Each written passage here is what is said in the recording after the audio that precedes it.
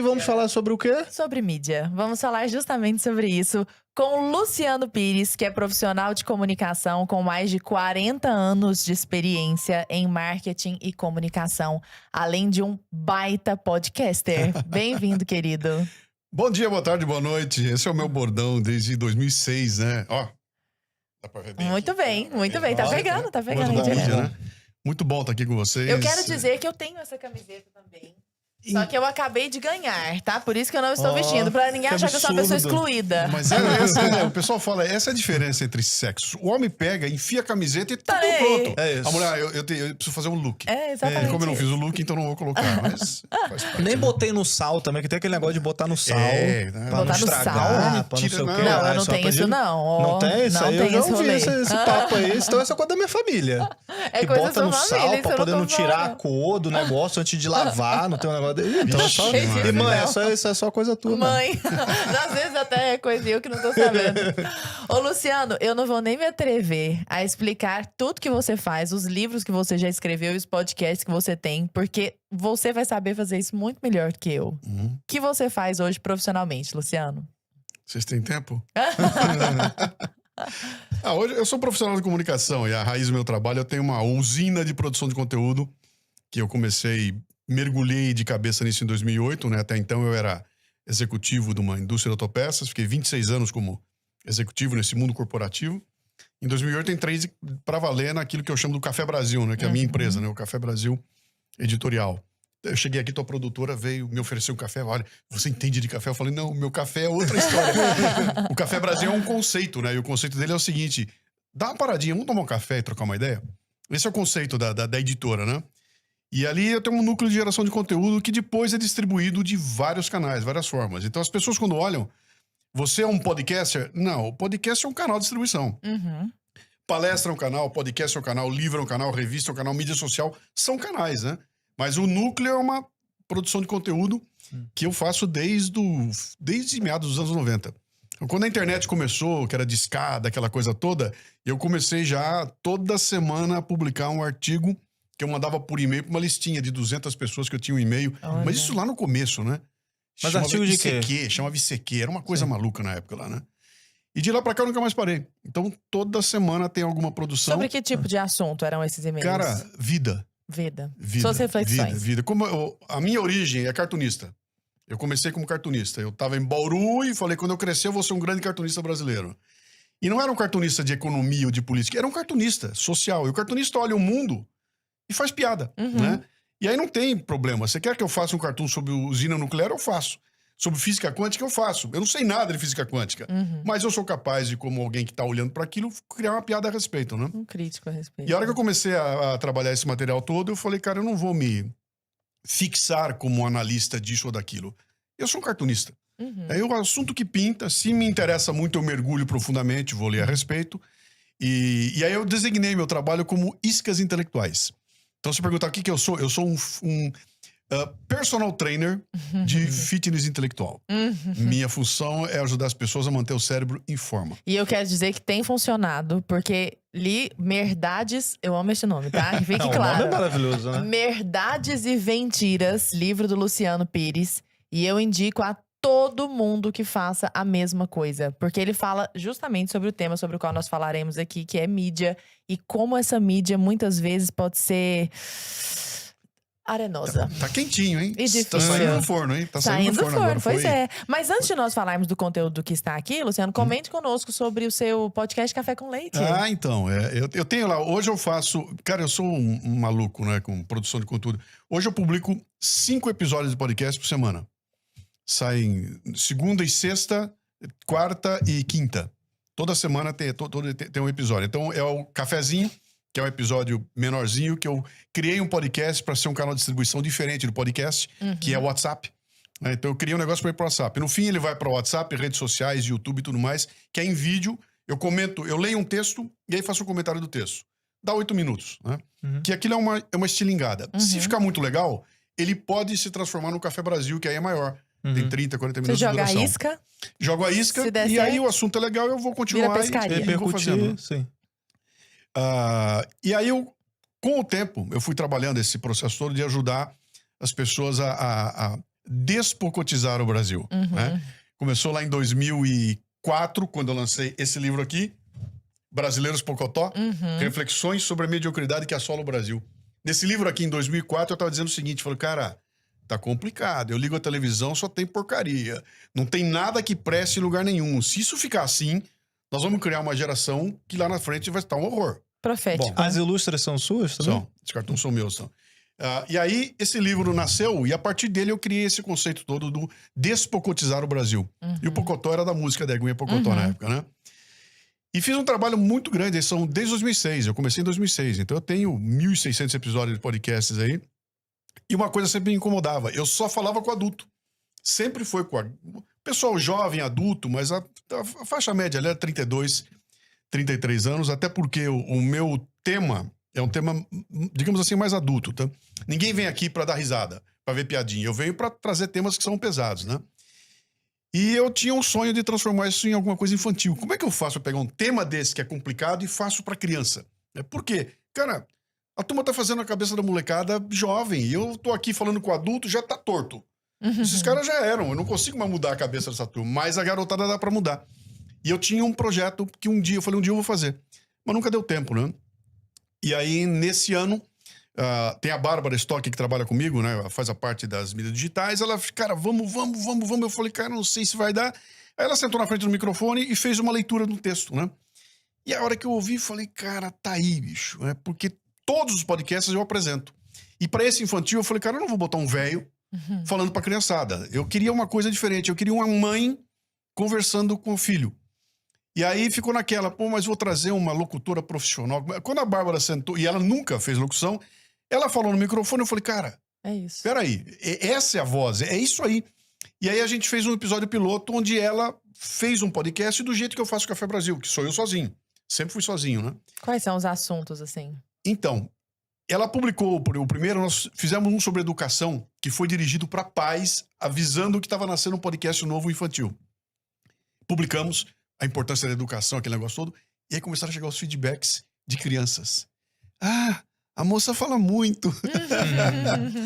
E aí ficou aquela ideia, cara, mas ela tinha que estar conversando com alguém. E aí nasceu a ideia dela conversar com uma criança. Só que, cara, como eu tenho 100 anos de produção e execução, pra mim, quando eu sento pra ter uma ideia, a execução vem junto. Eu não consigo sentar aqui e bolar um plano sem ter junto a execução. Então, naquela hora, cara, se é uma criança, vai ter que ter uma criança sentada lá. Eu vou ter que arrumar uma criança pra estar no dia da gravação. O pai vai ter que levar. Cara, não pode ter criança. Não pode ser uma criança. Como é que nós vamos fazer? E aí nós usamos um estratagema ali, né? Onde a Bárbara faz a locução todinha e a gente trabalha na edição e ela conversa com ela mesma, só que na edição ela recebe um efeito na voz e ela virou a Babica, que é um avatar que mora no celular dela, que tem 12 anos de idade. Que legal. Né? E aí é um diálogo de mãe com filha. Né? E ficou um barato, porque a Babica cresceu, ganhou personalidade e agora ela tá lá, ela vai contestando, ela pergunta, ela traz. E como ela mora no celular, ela tem acesso ao Google. Né? E aí pintou uma dúvida qualquer, ela, peraí que eu vou dar uma olhada. Ela vai no Google, acha e traz. E a gente então pegou. Nós fizemos episódios sobre o mito da caverna, a gente falou da vida de Sócrates, a gente falou de eleição. Fizemos um episódio lindíssimo contando o hino nacional brasileiro, como é que o que quer dizer a letra do hino. Que legal. Que era muito legal. E agora estamos fazendo uma série sobre valores, que terminou agora, princípios e valores, e começou essa semana uma série sobre dinheiro. Então, o que é dinheiro, de onde vem, para que serve, por que não é feio fazer dinheiro, né, e não ganhar dinheiro, né? Por que o lucro não é uma coisa ruim? Já preparando o embalo pra gente entrar no empreendedorismo. E cara... Isso tudo tá no teu site, tá no YouTube? Tá, só pra... onde é que a galera encontra isso? Qualquer lugar que você digitar lá, aparece, né? Então, tem a casa disso tudo que chama-se Portal Café Brasil. Se você entrar no Portal Café Brasil, é a casa onde tudo isso mora, né? Mas em qualquer agregador de podcast que você entrar e botar o nome, tá lá. E esse chama-se Café com Leite. E aí começou uma coisa que é sensacional, que é o seguinte, desde 2006, são 16 anos, eu tive retorno de adultos, né? E, a gente recebe um monte de retorno, o pessoal manda em áudio e tudo. E aí começou a vir retorno de criança. Cara, na idade que eu tô, você recebeu um áudio de uma criança de 9 anos de idade. Gente, eu tô amando o podcast de vocês. E ela explicar o conceito que ela ouviu da Caverna de Platão. Uma criança de 6 anos de idade contando pra gente. Cara, é de desmontar. Né? Legal. E aí aparece o potencial que Isso que nós fazemos aqui tem, sabe? De você realmente impactar fortemente a cultura e você levar coisas que presta, cara. É conteúdo que a criança não vai perder tempo ali. Não fiz aquilo para passar tempo. Ela tá ganhando conceitos, né? E a gente bateu muito numa tecla que é o seguinte: o Café com Leite é um podcast para que seus filhos ouçam junto com você e depois você converse com eles a respeito. E esses feedbacks estão chegando. Pai e mãe dizendo, cara, depois que terminou o programa, a gente foi bater um papo e saiu uma conversa ainda maravilhosa. Ainda aproxima a família, né? Um elemento de conexão. Ela ouve a babica. As crianças se identificam na hora. Tem uma criança falando pra ela sobre conceitos de adulto, né?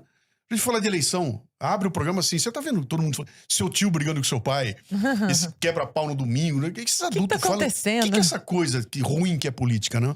Brigando por um monte de cara que nem sabe os nossos nomes, entendeu? E a gente lá explica, falou, não é bem ruim, vou te contar o que é política. E aí a gente dá o conceito, tomando um tremendo cuidado de não ter lado nenhum. Então é um programa, ele não é partidário, mas ele dá o conceito, né? Evidentemente, eu tenho uma janela pela qual eu vejo o mundo. A minha janela é liberal conservadora. Esses conceitos vão passar para lá. Mas em momento algum eu vou dizer para eles, vote neste, não vote naquele. E a gente deixa claro, quem tem que resolver isso é você, com a tua família, teu pai, tua mãe. Mas o conceito tá aqui. Política é isso. Cara. Que bacana. Mas trazendo um pouco para esse lado agora mais da mídia e do teu próprio posicionamento mesmo, no portal a gente encontra o teu posicionamento, né? Sim. Quando que você começou a colocar mais essa cara a tapa? Porque no início você começou, eu sou cartunista, é isso que eu quero fazer e tal. Aí abriu o podcast. Pô, teu podcast é o mais antigo do Brasil. Então, quantos podcasts? Quantos? O Café Brasil tá com 852, se eu não me engano. Eu sou, em atividade, toda semana publicando, eu sou o segundo. O outro é o Nerdcast. Que ele tá na minha frente por 4 meses, né? Mas tem outros que existem também, mas assim, de não falhar uma semana desde 2006. Sim. Mas quando que surgiu essa mudança tua de perceber que você precisaria talvez ali se posicionar ou trazer pessoas, abrir a mente talvez da galera para esse novo lado, assim, para esse espectro? Como é que você percebeu essa mudança e falou, eu vou começar a me posicionar agora? Quando eu contei pra que time eu torcia, é isso aí? Isso. Então, cara, eu fiz um trabalho, minha pegada começou como cultural. Então eu queria falar da cultura do brasileiro, música popular brasileira de montão. 2011 ele ficou um pouco mais pegado para questões de vida em sociedade, né? 2013 teve aquela loucura toda no Brasil e eu entrei junto naquela loucura e ali eu comecei a falar um pouco mais. Mas já desde 2010, 2011 eu já estava trazendo alguns insights interessantes, né? Já trazia Olavo de Carvalho. Eu fiz um programa inteirinho com o texto do Olavo sem dizer que era o Olavo. Contei no final, porque senão ninguém ia ouvir no começo. Aí o cara ouvia, só no final, depois que, que programa legal, eu contava que era o Olavo. E eu tava trazendo esses caras e colocando no programa.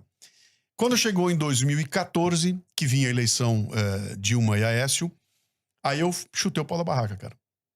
Aí eu fiz um programa chamado Em Quem Eu Vou Votar para Presidente. Primeiro eu fiz um texto, o texto viralizou. Lembra aquela época que você fazia um texto que tinha 150 mil downloads, compartilhamentos, 6 mil comentários? Era aquela época. Virou uma loucura. E ali eu explicava por que eu ia votar no Aécio, né? E como é que eu vi os dois candidatos. Aquilo foi uma loucura, né? E ali ficou claro. Ali eu senti uma necessidade. Então eu escrevi um sobre, que todos os meus livros têm. Eu abro achei livro isso contando maravilhoso. quem sou eu. Eu estou vendo o mundo dessa janela. De onde é que eu vejo o mundo. Então, cara, você vai ler um texto que é feito por um cara que tem uma visão assim, assim, assim. Isso é importante pra mim. E aí eu fiz isso em todos os programas, publiquei um programa a respeito disso aí.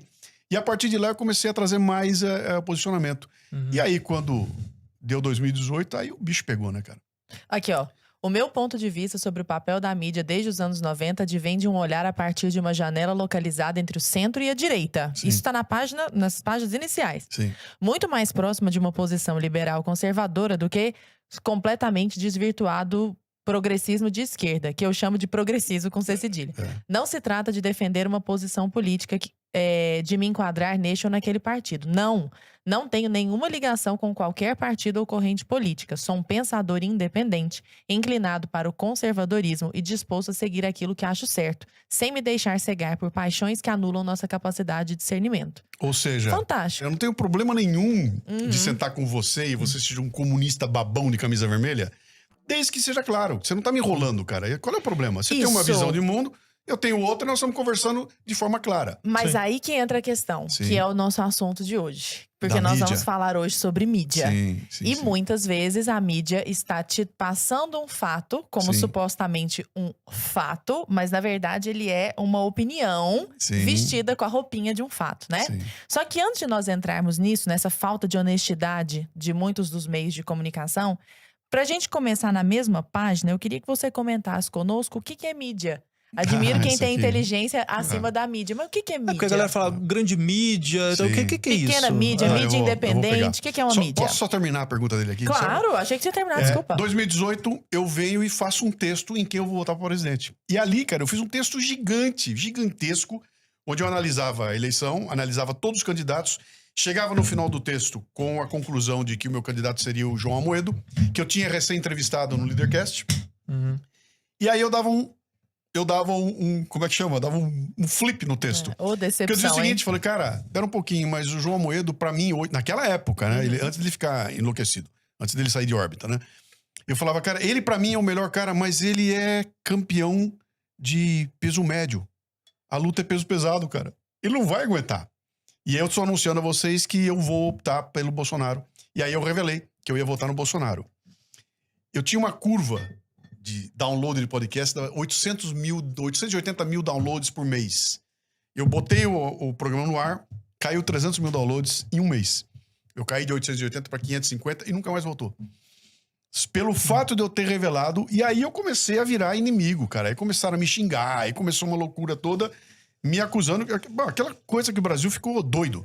Eu fiz vários programas a respeito, né, de uma psicose que tomou conta do país, que foi sequestrado, onde se você não tá do meu lado, você é inimigo e você quer me ver morto.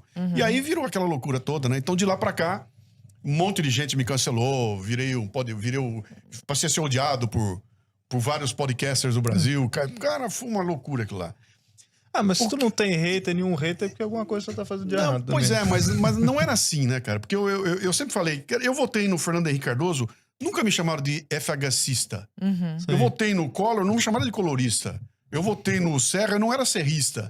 Votei no Aécio, não fui aecista. Sim. De onde tiraram essa história de que bolsonarista? Cara, e aí virou essa loucura que nós vamos ver acontecer com o Brasil, né? Que é tudo contação de história. E aí eu chego na tua pergunta, né? E essas histórias chegam pra nós através do quê? É das mídias. Então o que a mídia é? A mídia que o brasileiro já esculhambou, né? A gente fala as mídias e não existe. Mídia é plural de meio, né? Então é a mídia. E a gente fala as mídias para diferenciar uma da outra, né? São os canais de comunicação que te atingem. Então a mídia, o jornal é uma mídia, a revista é uma mídia, rádio é uma mídia, podcast é uma mídia, WhatsApp é uma mídia, o outdoor na rua é uma mídia. E esses são canais de comunicação que, teoricamente, deveriam trazer para nós uma determinada informação, né?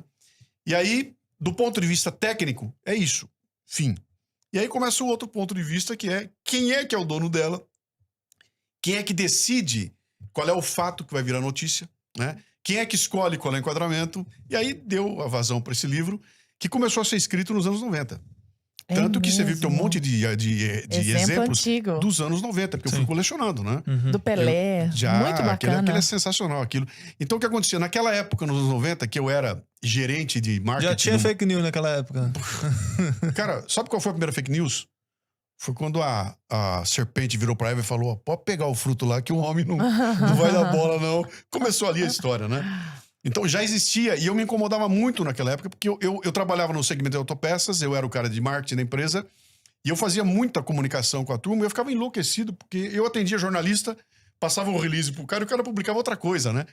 E eu olhava para aquilo e falei, cara... E aí eu comecei a conversar a respeito. Eu botei dentro de uma palestra um módulo, e eu contava para as pessoas sobre a necessidade que você tem de prestar atenção na notícia que está vindo. E um dia, usando um desses exemplos, que acho que foi o do Pelé até, ia fazer uma palestra e falei, cara, que nome eu vou dar para uma mentira que, conforme o jeito que ela é mostrada para você, ela parece que é uma verdade? Pô, eu vou chamar de mentira. Não, mas uma merdade é muito melhor. E aí nasceu o conceito de merdades e mentiras, 97, 98. De lá pra cá, eu nunca mais parei de usar. Muito mais legal que fake news. Pô, muito legal. E aí o Trump aparece na televisão e fala, you are fake news. Ali pra frente, o termo fake news toma conta, né? Mas foi assim que começou. Então, mídia é esse meio. canal que leva a informação até você. Pois é.